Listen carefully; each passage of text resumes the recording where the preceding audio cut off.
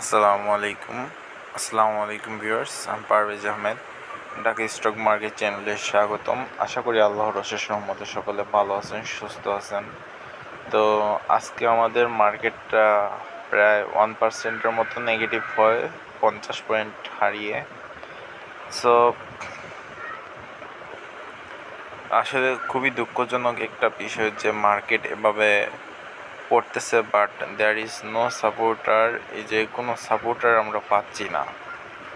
তো আমি পূর্বের ভিডিওগুলোতে বলছিলাম যে আমাদের মার্কেটে যে রেজিস্ট্যান্স লেভেলটা ছিল সেটা হচ্ছে নিয়ার অ্যাবাউট আপনার 5220-এর কাছাকাছি। সো ওই সাপোর্টটা যখন আমাদের রেজিস্ট্যান্স হয়ে যায় এবং ওইটা যখন ফিল করে মার্কেট নিচের দিকে আসে, তো আমি আপনাদেরকে সেকেন্ড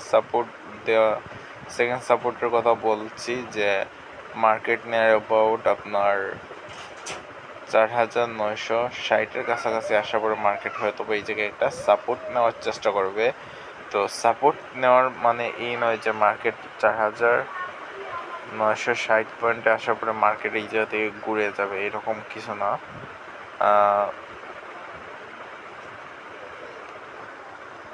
তো আমাদের দেখার বিষয় হচ্ছে মার্কেট যখন, অর্থাৎ নেক্সট উইকে যখন মার্কেট ওপেন হবে, সে যদি 4960 থেকে 4900, অর্থাৎ এই 60 পয়েন্টের ভিতরে, এই বক্সের ভিতরে যদি মার্কেট ক্যান্ডেলগুলো এসে যদি একটু স্লো ডাউন হয়, তাহলে বোঝা যাবে যে না, এই জায়গাতে মার্কেট আস্তে আস্তে ঘুরবে। আর মার্কেটকে ঘোরাতে হলে বেশ কিছু কাজ আছে যেগুলো মার্কেটের কর্তৃপক্ষদেরকে করা উচিত বলে আমি মনে করি। ঠিক আছে। সো মার্কেটের যে একটা মার্কেট একটু উপরে উঠলে যে আমাদের যে অ্যাগ্রেসিভ মনোভাব আসে, বা বিএসসি চেয়ারম্যানদের যে আপনার মনোভাব আসে এবং বেড নিউজগুলো একের পর এক আসতে থাকে, সেগুলো আমার মনে হয় যে সেগুলো নিয়ে কাজ করা উচিত।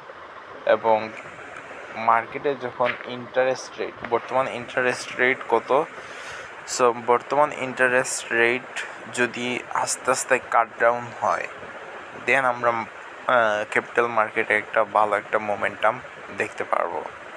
সো প্রথমত নিউজ আসতে হবে, দেন গভর্নমেন্টের উপরে বাইরের ইনভেস্টরদের একটা বিলিভের ব্যাপার আছে। সো ওই বিশ্বাসের জায়গা ঠিক থাকতে হবে।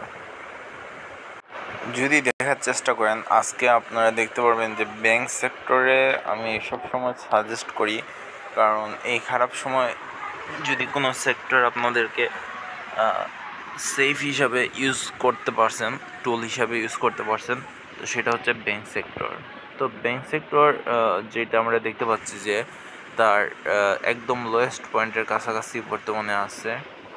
তো তার একবারে লোয়েস্ট সাপোর্ট যদি বলি আমি 14.50-এর কাছাকাছি। এবং আপনারা একটা জিনিস লক্ষ্য করে দেখবেন, এই যে ব্যাংক সেক্টর অর্থাৎ তার যে মার্চ থেকে শুরু করে ফেব্রুয়ারি, মার্চ, এপ্রিল, মে, এই 3 মাস নেগেটিভ থাকে। এবং যখন মের পরে জুনের দিকে তার যখন আবার ফার্স্ট কোয়ার্টার, সেকেন্ড কোয়ার্টার আস্তে আস্তে ডিক্লেয়ার করে, তখন কিন্তু তার পূর্বের জায়গায় চলে যায়। সো হয়তো আমরা এই জায়গায় ব্যাংক সেক্টরকে আরও 2-4 পয়েন্ট পড়তে দেখবো, নিয়ার অ্যাবাউট আর একটু নিচেও যেতে পারে। ঠিক আছে। তো যদি আমি বলি আর কতটুকু নিচে যেতে পারে,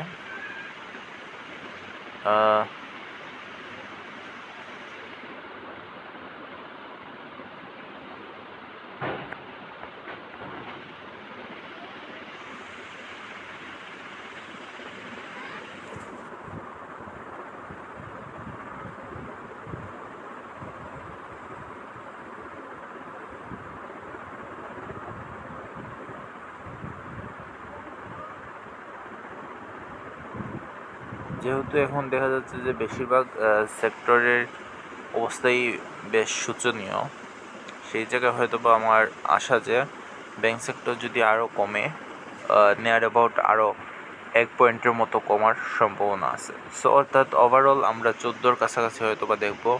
দেন এই জায়গা থেকে আস্তে আস্তে ব্যাংক সেক্টর বাউন্স করবে এবং হয়তো বা পরবর্তীতে সে 16 কাছাকাছি যাওয়ার চেষ্টা করবে। ঠিক আছে, সো আমি আপনাদেরকে একটা ইয়ের মাধ্যমে বুঝাই দিই। যেহেতু ব্যাংক সেক্টরে এখন তার ডিভিডেন্ডগুলো ডিক্লেয়ার করতেছে, সো ডিভিডেন্ড ডিক্লেয়ার করার সময় এবং ডিভিডেন্ড যখন ডিক্লেয়ার করবে তখন এই ব্যাংকগুলা আর রেকর্ড ডেটের পরে দেখা যায় যে হিউজ একটা কারেকশন হয় এবং হিউজ কারেকশনের পরে আস্তে আস্তে মার্কেট যখন ঘুরে দাঁড়াবে তখন ব্যাংক সেক্টর আবার তার পূর্বের জায়গায় ফিরে যাবে। ঠিক আছে, সো আমরা এতটুকু আশা রাখতে পারি যে ব্যাংক সেক্টর আগামীতে পজিটিভ হবে। যদি আজকে দেখি যে আজকে নেগেটিভের পিছনে একটা মেইন কারণ ছিল হচ্ছে ব্যাংক সেক্টরের বড় একটা শেয়ার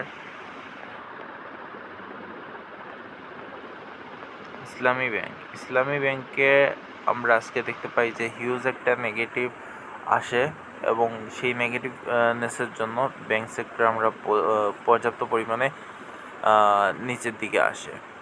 ঠিক আছে, সো ব্যাংক সেক্টরে ইসলামী ব্যাংকে যদি এই পতনটা না হতো তাহলে হয়তো বা আমরা এত বড় একটা পতন দেখতাম না। তাছাড়া ইবিএল ব্যাংক যেহেতু আজকে তার রেকর্ড ডেট কমপ্লিট করছে, সো ইবিএল ব্যাংকে আমরা হিউজ একটা পতন দেখতে পাই। সো এটা আগামীতে ঘুরে যাবে, এইটা নিয়ে আমি বেশ আশাবাদী। ঠিক আছে, তো এগুলা সেক্টর তার সাময়িকভাবে একটা ধাক্কা খেলেও তার ওভারঅল যে ফান্ডামেন্টাল আছে ফান্ডামেন্টালের উপরে বেস করে তারা ভবিষ্যতে টিকে থাকতে পারবে। তারপরে যদি আমি বলি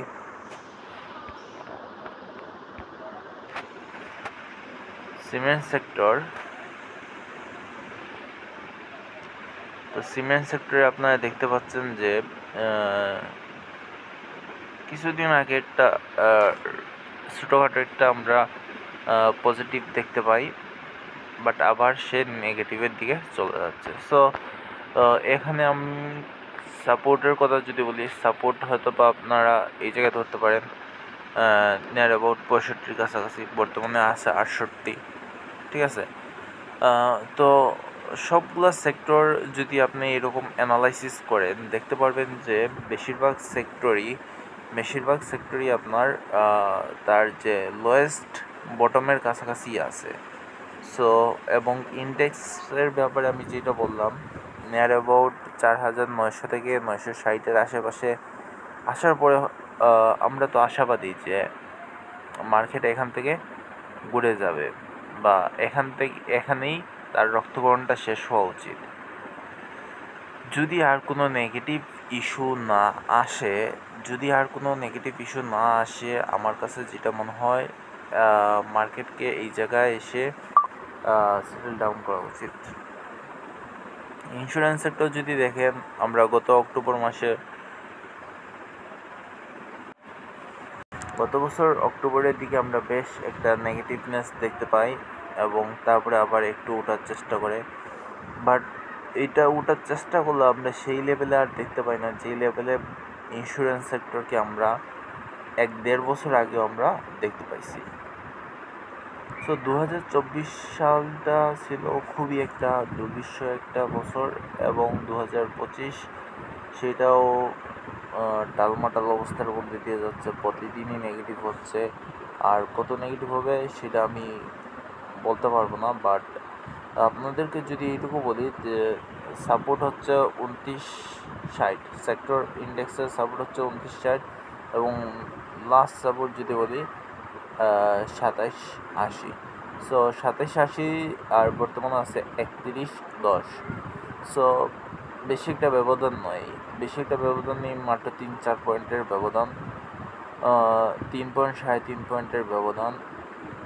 ঠিক আছে, মার্কেটটা যদি ফান্ডামেন্টাল স্টকে বসে থাকেন তবে আমার মনে হয় যে এই মার্কেটের উত্তম পতনে তেমন একটা চিন্তিত হওয়ার কোনো বিষয় না।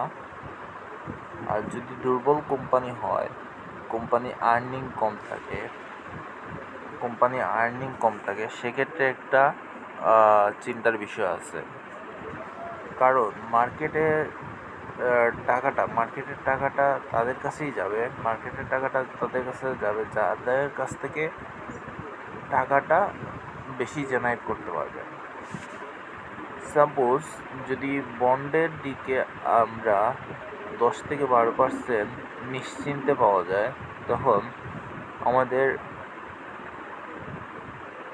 স্টক মার্কেটটা তখন ওভার ভ্যালুড হয়ে যায়। যদি স্টক মার্কেট থেকে দেখা যায় যে আমি বন্ড থেকে আমি 10% পাচ্ছি কোনো চিন্তা ছাড়া, এবং স্টক মার্কেট থেকে আমি 5% পাচ্ছি, ঠিক আছে, স্টক মার্কেট থেকে 5% পাচ্ছি, এবং বর্তমান সময় বেশিরভাগ কোম্পানির গ্রোথ নেগেটিভ, অর্থাৎ বেশিরভাগ কোম্পানি তার বেশি পরিমাণ ইন্টারেস্টের জন্য মুনাফা কম করতে পারতেছে, বেশি করতে পারতেছে না। সো যদি আমি দেখি যে আমি নিশ্চিন্তে এই জায়গা থেকে 10% পাচ্ছি, তাহলে দেখা যাবে যে বড় বড় বিনিয়োগকারী সবাই কী করবে, সবাই বন্ডে ইনভেস্ট করবে, এবং সেই টাকাটা আমাদের ক্যাপিটাল মার্কেট থেকে মানি মার্কেটে দিয়ে চলে যাবে। সো যদি আপনি এমন কোনো স্টকের মধ্যে এন্ট্রি নেন যেটা থেকে অলরেডি 10-15% প্রফিট জেনারেট করে দিতেছে, 10-15% প্রফিট জেনারেট করতেছে, সেই জায়গায় আপনি স্টকটার প্রাইস কমবে না, ঠিক আছে।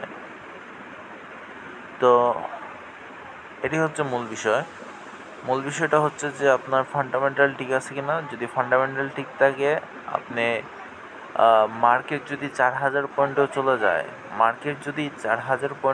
যায়, আর আপনার যদি স্টকটা ফান্ডামেন্টালি স্ট্রং থাকে এবং একটা হালকা একটা গ্রোথ 10%ও যদি গ্রোথ থাকে, তখন আপনি মার্কেট থেকে খালি হাতে যাবেন না, মার্কেটে আপনাকে টাকা দিবে, ঠিক আছে। সো এখন হচ্ছে ইনভেস্টমেন্টের সময়, এখন ট্রেডিংয়ের সময় না। এখন চিন্তা করতে হবে লং টার্ম ভিশনে চিন্তা করতে পারলে, 2 বছর 4 বছর 5 বছর কথা চিন্তা করতে পারলে, দেন আপনি 3 বছর 4 বছর পরে দেখা যাবে যে যেই স্টকটাতে আপনি বর্তমানে 20% 30% লসে আছেন, সেটা দেখা যাবে যে আপনার এক সময় আপনাকে 200-300% পর্যন্ত রিটার্ন জেনারেট করে দিবে। সো ওই রকম লং টার্ম ভিশনে থাকতে হবে, ভালো স্টকের সাথে থাকতে হবে। যখন র্যালি আসবে, তখন র্যালির সময় যেটাতে ইনভেস্ট করবেন আপনার সেটাতেই বেনিফিট হবে, ঠিক আছে। সো ভালো সময় আসবে, তবে খারাপ সময় টিকে থাকতে হবে, ঠিক আছে। ভালো সময় এগিয়ে যেতে হবে, খারাপ সময় টিকে থাকতে হবে, এটাই হচ্ছে মূল মন্ত্র। তো ভালো থাকবেন, সুস্থ থাকবেন, আল্লাহ হাফিজ।